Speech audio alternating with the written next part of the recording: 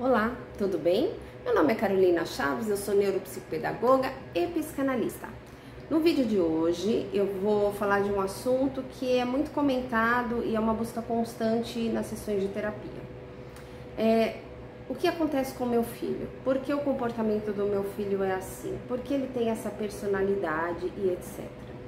Então, eu vou trazer para você alguns esclarecimentos breves, simples, sobre transtornos mentais apresentados durante o período da infância, nos primeiros anos, para que você tenha um conhecimento sucinto sobre eles e que você possa, depois de assistir esse vídeo, com esse esclarecimento breve, procurar ajuda com um profissional adequado para que ele faça uma investigação e possa diagnosticar o seu filho, enfim, a criança que você se preocupa, de uma forma precisa e você possa iniciar um tratamento adequado o quanto antes. Tudo bem? No final do vídeo, se você gostou, você deixa o seu like, fica à vontade para comentar se você quiser, vai ser sempre bem-vindo o seu comentário, e se você realmente curtiu, pode se inscrever no canal que vai me ajudar bastante. Então vamos lá. Os transtornos mais comuns nos primeiros anos de vida, um que é muito comentado é o TDAH, que é o transtorno de déficit de atenção e hiperatividade, um nome grande, né? Ok. O que acontece durante esse transtorno? Quais as características desse transtorno? A criança que tem TDAH, ela tem uma dificuldade de atenção, ela tem uma hipercinesia. O que é uma hipercinesia? É uma dificuldade de se manter quieto. Ela é agitada, extremamente agitada. Então isso faz com que ela também não consiga se concentrar, entende? Uma coisa acaba levando a outra, tá? E essa condição dela de agitação extrema e falta de concentração, entre outros fatores, ela fica muito acentuada na fase de alfabetização. Por quê? Porque é onde exige mais dela uma resposta com relação à concentração e aprendizagem, né? É onde a gente começa a perceber a dificuldade daquela criança de não conseguir fazer uma leitura, não conseguir ouvir a professora falar, ficar sentado ali quietinho na sua carteira, né? Acomodada ali na sua mesinha durante o período de atividade. Ela não consegue estabelecer um momento tranquilo de realização de tarefas, né? Enfim, ela pode até conseguir sentar e prestar um pouco de atenção, só que na verdade ela tá no mundo da lua, ela não tá ali, entende? Você até consegue fazer ela sentar e ficar, só que quando você tá falando, você tá olhando para ela tá assim, viajando. E aí aquilo te dá uma irritação, que você fala, não é possível. Por quê? Porque dentro dela, ela tá pensando muita coisa, ela tá ali ligada no 320, você entendeu? Não é nem no 200, é no 300. Então assim, é muita coisa ao mesmo tempo. Aí a concentração vai para o espaço. Ou uma outra questão também, a gente fala, né? Nossa, tá lá, sabe? Meu filho tá lá. A gente senta na hora da tarefa de casa, olha, desligo tudo. Não tem televisão, não tem celular, não tem nada, só fico eu e ele, todo mundo sai de perto, não tem nada para ele se distrair. Eu começo a mostrar para ele, ler para ele a atividade, explico como faz. E você entendeu? Ele faz que sim, na hora de fazer ele não faz nada, ele não presta atenção, eu não sei, acho que eu tô falando grego. Ele não tá ligado no que você tá dizendo, ele não tá conectado com isso. Ai, mas o que me dá nervoso é que quando, olha, passou um mosquito, pronto, ele já perde a concentração. Caiu uma gota d'água na pia, ele perde a concentração. Na verdade não é que ele perde, ele não teve, né?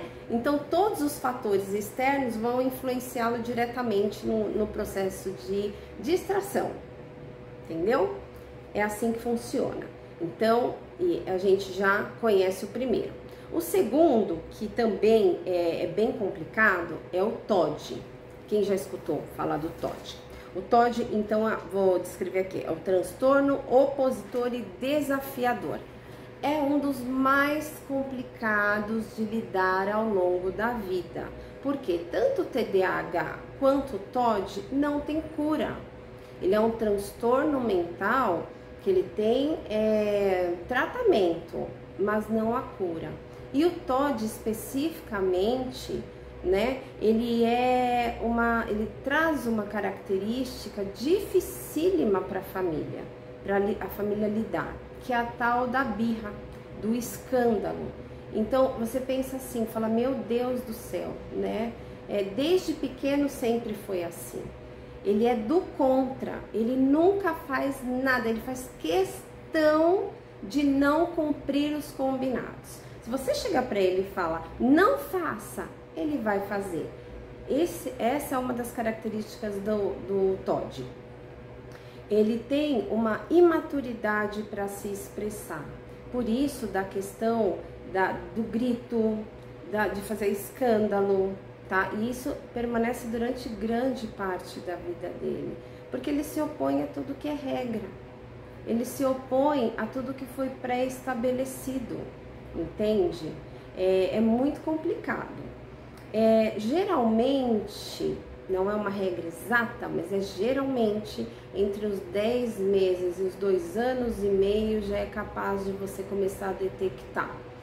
E com o tempo ele diminui, em alguns casos parece que desaparece, mas posteriormente ele vem associado que na fase jovem e adulta a um outro transtorno, que também é muito comum num traço de personalidade que ele desenvolve nesse período. Então a gente tem que estar atento, tá? Então o TOD, vamos falar um pouquinho mais sobre ele, porque assim é muito complexo, tá?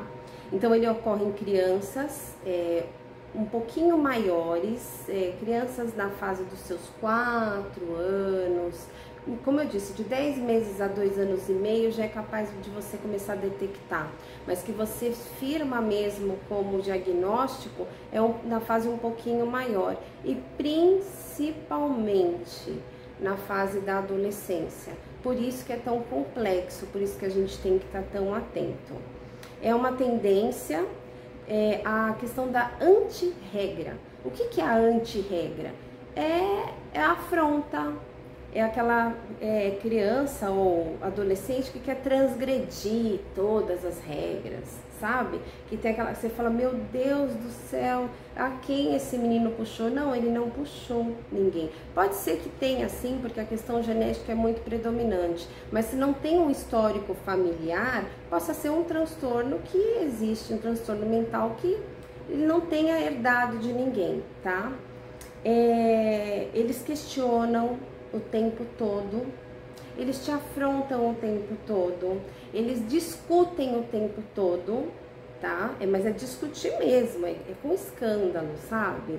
É para todo mundo ver, né? E eles querem que a todo custo prevaleça a sua opinião, não a sua, a deles, que a opinião deles prevaleça, tá?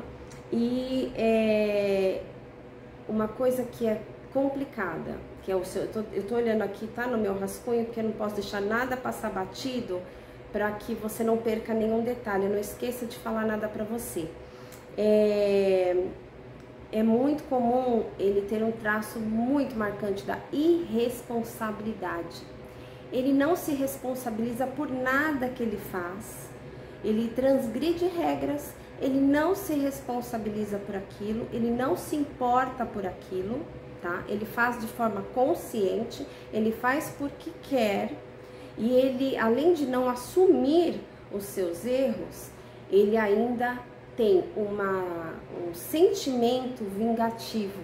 Então, ele se vinga daquele que se opõe àquilo que agrada à sua vontade. É difícil, é complicado.